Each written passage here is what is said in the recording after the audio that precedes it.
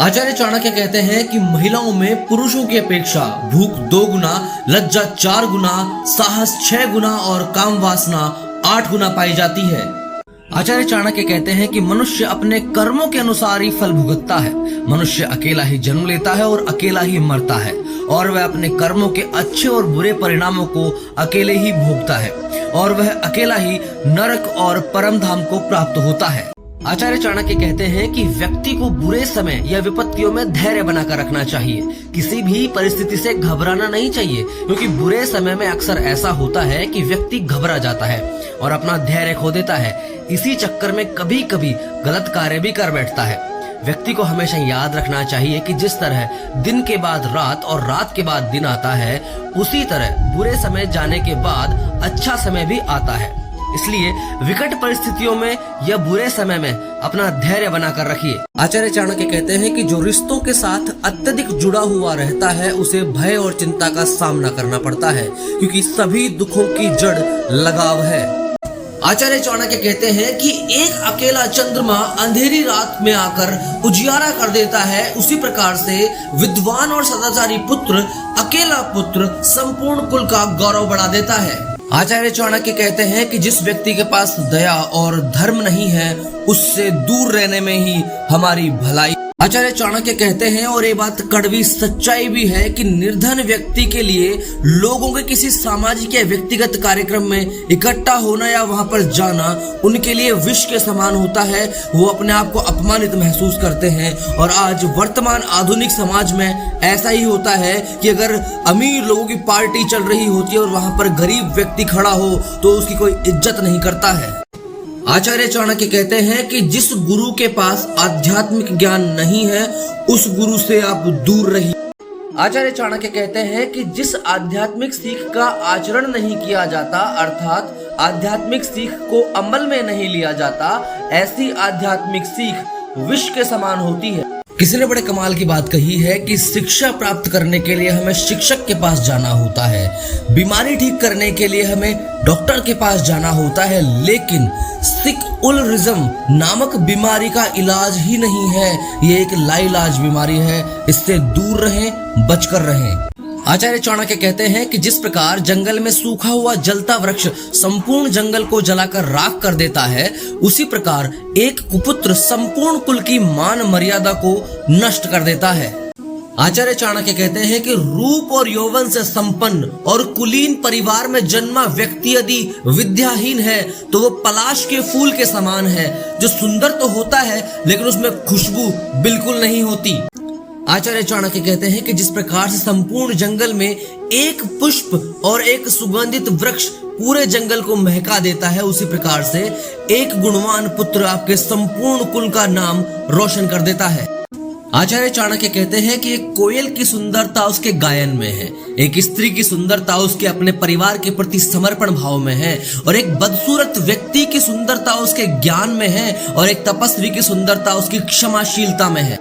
आचार्य चाणक्य ने जब पहली बार धनानंद के ऊपर आक्रमण किया तो उन्हें हार का सामना करना पड़ा था, और जब वो हार का विश्लेषण कर रहे थे तो उन्हें मालूम चला कि मेरी तैयारी अभी पूरी नहीं थी, यानी कि मैं बिना पूर्ण तैयारी के आक्रमण करने चला गया था और मुझे हार का सामना करना पड़ा था। और यही हमारी लाइफ है, कोई भी काम करे, कोई भी कार्य करे, उससे पहले हमारी पूर्ण तैयारी अति आवश्यक है।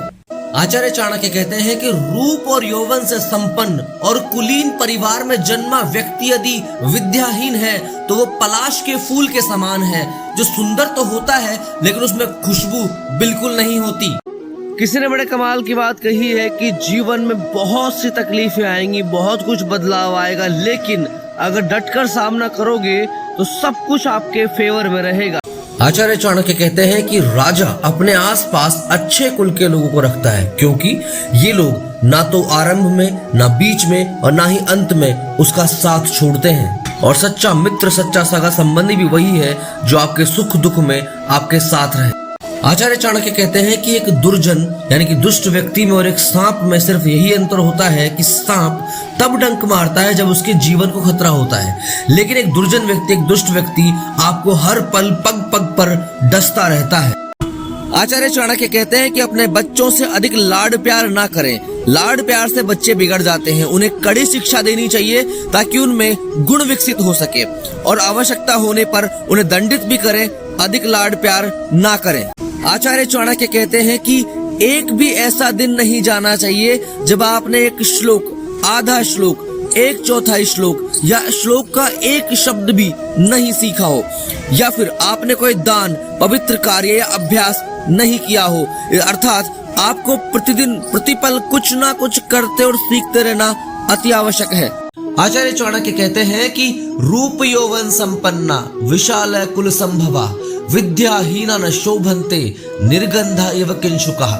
इस श्लोक में आचार्य चाणक्य बताते हैं कि व्यक्ति कितना ही सुंदर क्यों ना हो, उसका संपन्न यौवन अर्थात जवानी ही क्यों ना हो, वह उत्तम कुल में ही पैदा हुआ हो, लेकिन उसके पास अगर शिक्षा नहीं है, यानी कि वो विद्या से हीन है, तो वह सुगंध रहित किंशुक नामक फूल की भांति किसी भी रूप में शोभा नहीं देता है। इसलिए आचार्य चाणक्य कहते हैं कि हमेशा शिक्षा का अर्जन करते रहना चाहिए और अवसर मिलने पर उस शिक्षा का सदुपयोग करना चाहिए, क्योंकि शिक्षा से ही व्यक्ति को सफलता प्राप्त होती है और समाज में मान सम्मान मिलता है। आचार्य चाणक्य कहते हैं कि ऐसे लोगों से बचकर रहें जो आपके मुंह पर, आपके सामने तो अच्छी अच्छी बातें करते हैं, लेकिन आपके पीठ पीछे आपको बर्बाद करने की योजनाएं बनाते हैं। ये व्यक्ति उस विष के घड़े के समान होते हैं जिनके मुख पर तो मक्खन लगा होता है लेकिन अपने अंदर विष भरा होता है। आचार्य चाणक्य कहते हैं कि मनुष्य के जीवन में सुख और दुख आते जाते रहते हैं। दुख में मनुष्य टूट जाते हैं और सुख में मनुष्य भटक जाते हैं। अतः मनुष्य को अपने दुख के समय मन से नहीं टूटना चाहिए और जब सुख में हो तो उसे घमंड नहीं करना चाहिए। आचार्य चाणक्य कहते हैं कि मूर्खता दुखदाई है और जवानी भी दुखदाई है, लेकिन इससे भी कहीं अधिक दुखदाई किसी दूसरे घर पर जाकर उसका एहसान लेना है। आचार्य चाणक्य कहते हैं कि जो माता पिता अपने बच्चों को शिक्षा नहीं देते हैं वे माता पिता अपने बच्चों के शत्रु के समान होते हैं और वे विद्याहीन बच्चे विद्वानों की सभा में उसी प्रकार से तिरस्कृत किए जाते हैं जिस प्रकार हंसों की सभा में बगुले। आचार्य चाणक्य कहते हैं कि केवल भाग्य के भरोसे मत रहिए, कर्म भी कीजिए, क्योंकि कर्म आपको आपकी सफलता के मार्ग पर आगे ले जाते हैं।